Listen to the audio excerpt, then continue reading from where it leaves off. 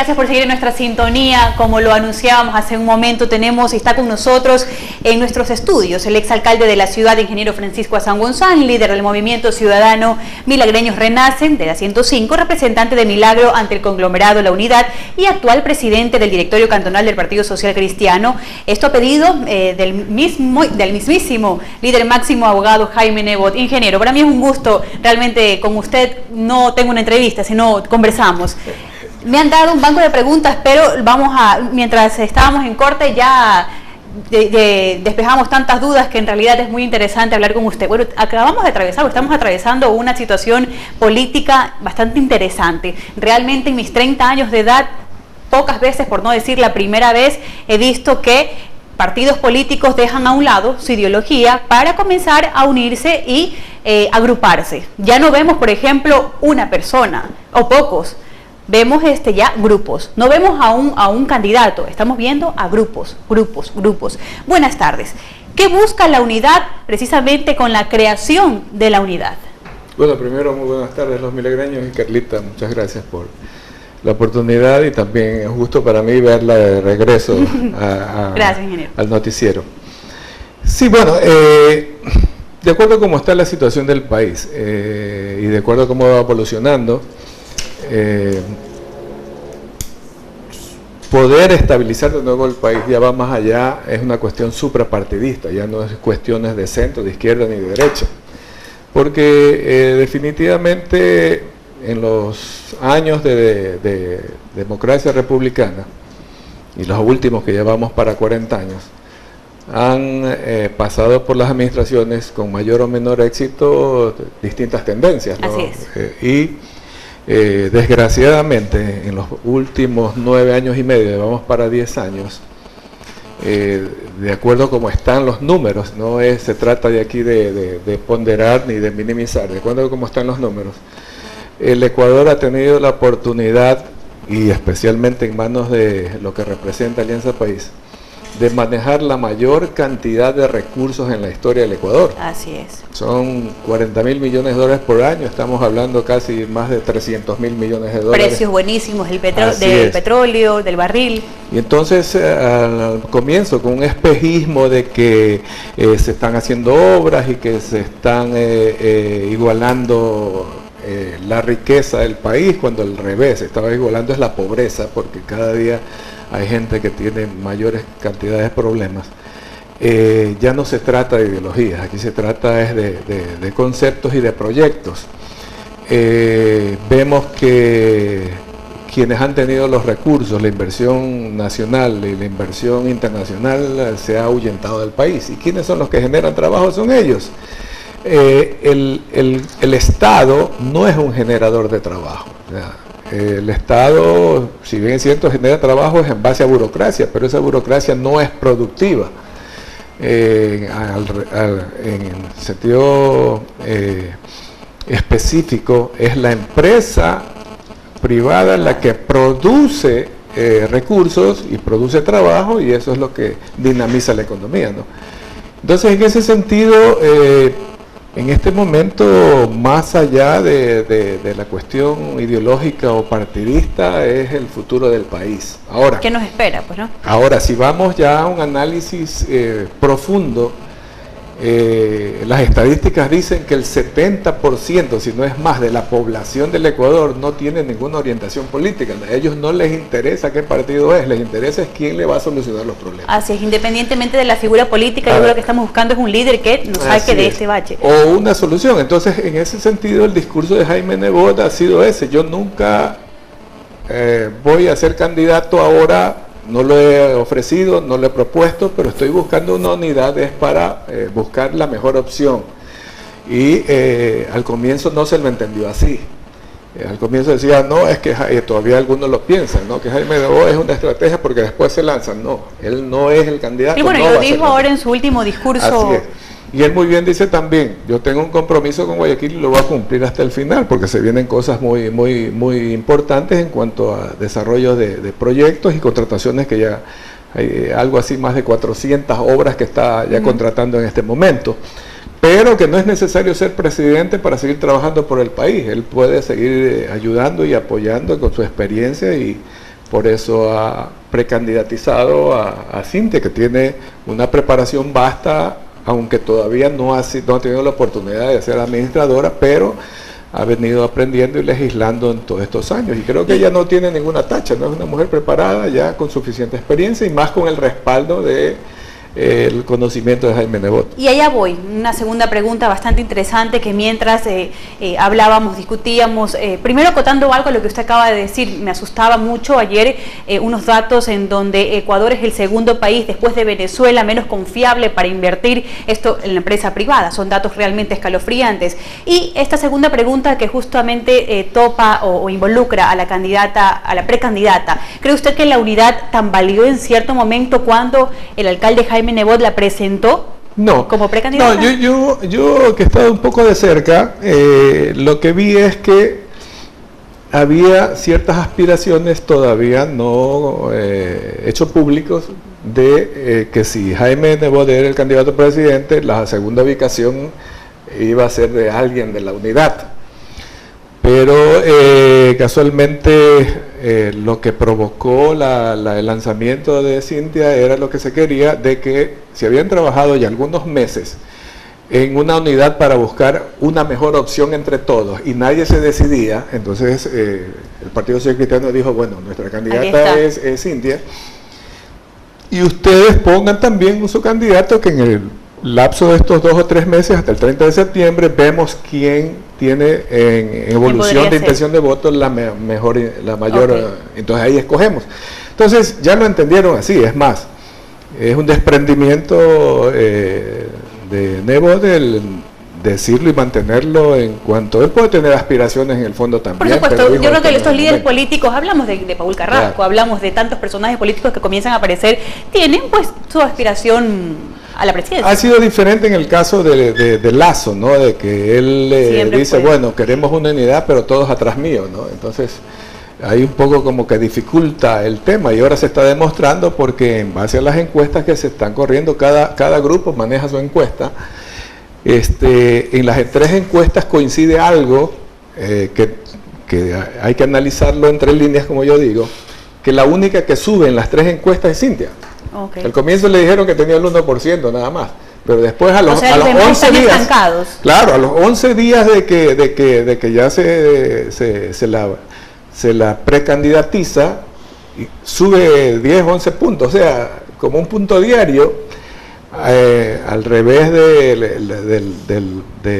los candidatos de gobierno, que son 2, que estaban supuestamente muy alto en aceptación, han bajado más de 10 puntos en menos de 15 días, y a diferencia del señor Lasso, que también ha bajado 2 o 3 puntos, o sea, él tiene un techo que no lo ha podido romper en tantos años. En todo caso, se está notando ahora, con lo que tú estás viendo, que hay más personas de la actividad política del país que se están sumando en el caso del expresidente Lucio Gutiérrez. Allá vamos, y realmente ha sido motivo de la presencia de él en las actividades que ha realizado el alcalde Jaime Nebot, motivo de mucha información. Varios medios de comunicación han acudido para preguntarle directamente a él, pero antes de topar precisamente eso, bueno, y para concluir lo de Cintia Viteri, la historia o los hechos actuales la acompañan. Vemos cómo la mujer está protagonizando y está liderando los acontecimientos políticos en el mundo entero. Tenemos Estados Unidos, tenemos Europa, que la mujer está teniendo un rol sumamente importante y protagónico en el ámbito político. Así que el momento le acompaña a la precandidata. ¿En qué porcentaje la unidad considera negativo al gobierno de la Revolución Ciudadana? Bueno, no se habla de temas de porcentaje de negatividad, más bien se está tratando de buscarle una solución que hace 2 años todavía la gente no la percibía. Si analizamos 2 años atrás, todavía había una gran aceptación del gobierno. Después de las últimas elecciones es que comenzó ya a percibirse todos estos problemas graves de mal manejo económico del país, que ahora ya cada vez son más evidentes. Y de aquí hasta que lleguemos a febrero va a ser peor. Yo oí en las conversaciones después el lunes, después del acto de la Fundación de Guayaquil, ya en la mesa estaba con Nebot Mauricio Pozo y estaba también Alberto de Ají, y ellos conversaban. Mauricio Pozo, el ex ministro claro. Entonces ellos también conversaban, de Sociedad Patriótica, ingeniero. Sí, conversaban una realidad que no se conoce afuera. Ahí se atrevían a decir que la liquidez del Estado y del gobierno va a durar no más de 2 o 3 meses. Entonces, por eso están desesperados en este momento emitiendo ya papeles a un costo de interés altísimo, como dicen las noticias, y que puede ser catastrófico hasta el fin de año. O sea, ¿cómo se va a pagar eso después? Va a ser la gente, porque si no hay precio bajo del petróleo, ya no hay qué más vender, lo único que le toca es subir los impuestos a quien sea. O sea, al presidente que venga, de cualquier partido que sea, le va a tocar un periodo durísimo solucionar y tapar todos los problemas que está heredando. Así es.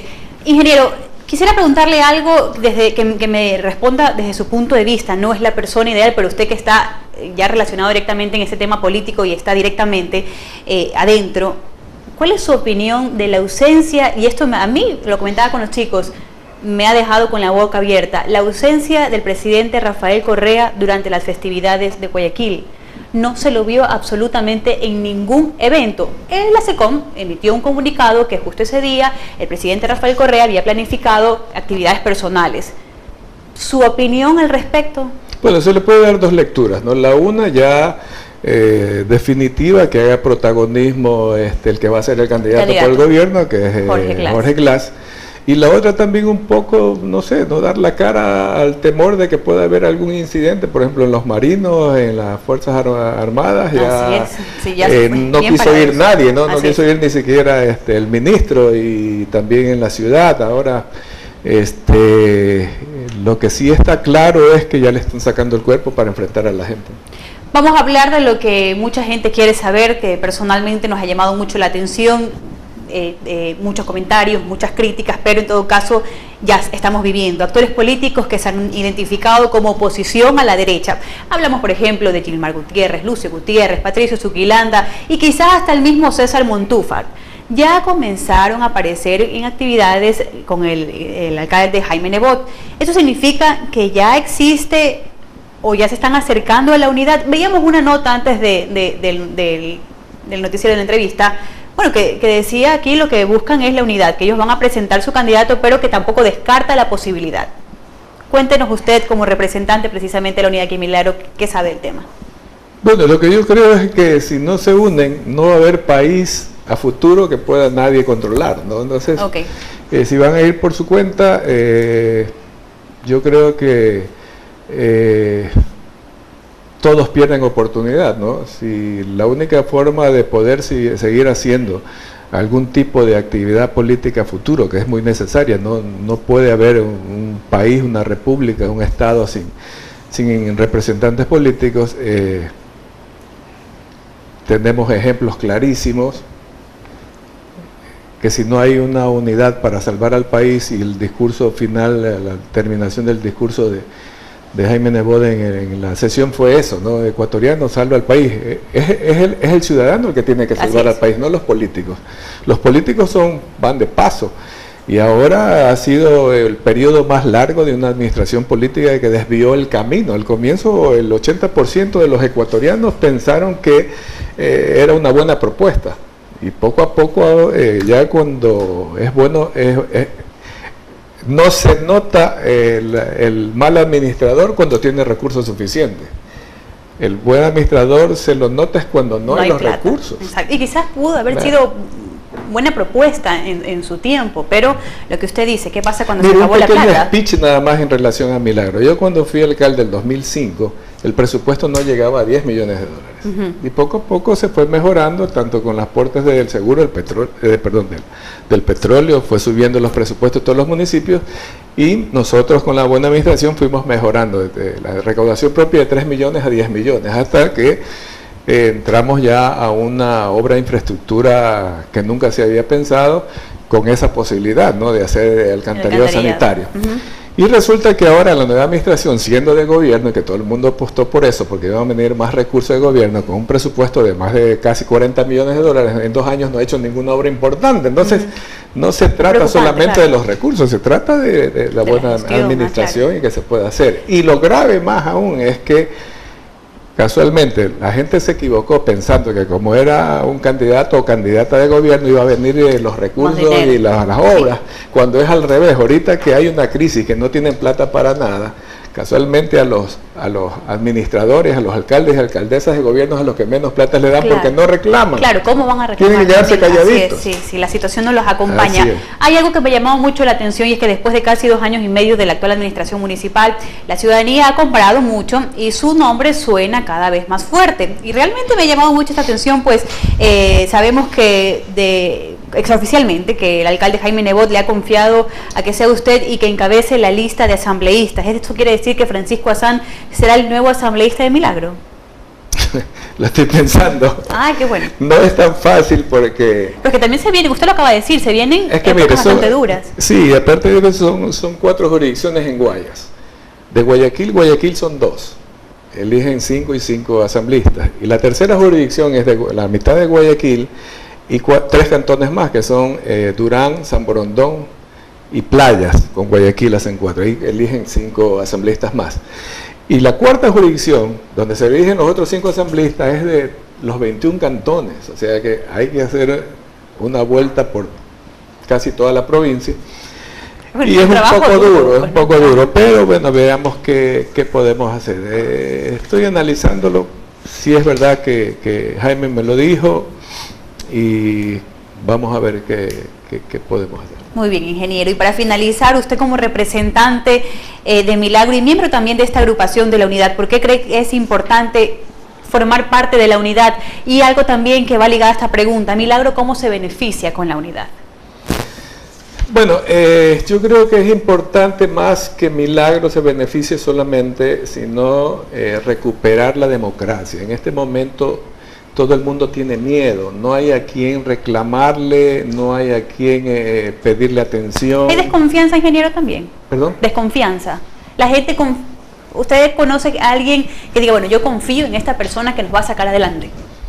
Bueno, en este momento, según las estadísticas, el 60% de los ecuatorianos no ha tomado todavía la decisión por quién. Perfecto. Hay cierta tendencia, que eso es lo importante, ¿no? Las encuestas lo que te dan es una fotografía de lo que piensan en ese momento, pero va pasando el tiempo, a los 10, a los 15, a los 20 días, a los 30 días, en la medida que se va acercando la fecha de decisión, la gente también va definiéndose.